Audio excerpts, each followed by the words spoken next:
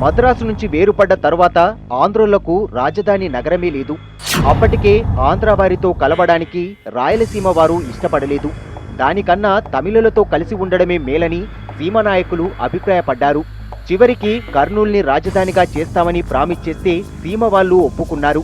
అప్పటి కర్నూల్ ఒక చిన్న టౌన్ మాత్రమే. ఎలాంటి మౌలిక వస్తువులు లేవు.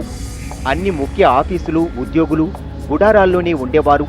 ఆ ప్రాంతాన్ని డేరానగర్ అని పిలిచేవారు. దినపత్రికల్లో ఈ డేరానగర్ దుస్థితి గురించి కార్టూన్లు కూడా వేసేవారు.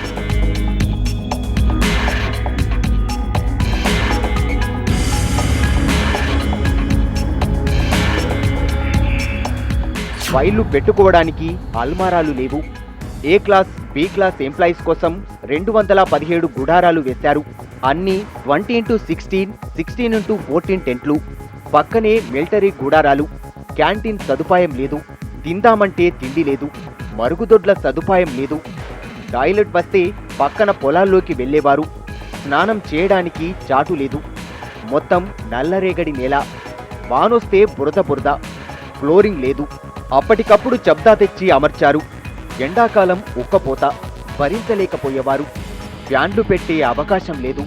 గంటకోసారి టెంట్ మీద పైప్తో నీళ్లు చల్లేవారు. రాత్రైతే పాములు, తేళ్ల బాధ. ఉద్యోగులు భార్యా పిల్లలతో వచ్చే పరిస్థితి లేదు. 2-3 మాత్రమే ఫ్యామిలీతో షిఫ్ట్ అయ్యారు.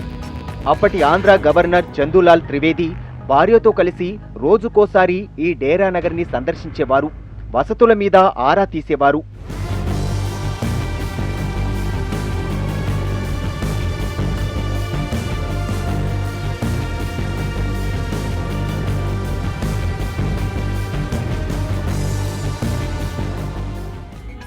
అప్పటి కర్నూలు టౌన్లో పెద్దగా ఇల్లు ఉండేవి కావు. అద్దె కొంప దొరకాలంటే అదో ప్రహసనం. మహా అంటే ఓ 25 మందికి రూమ్లు దొరికాయంటే.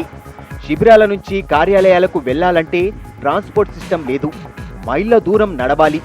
గతి లేక బియ్యం బస్తాలు సప్లై చేసే లారీల్లో ఉద్యోగుల్ని తోలుకుపోయేవారు.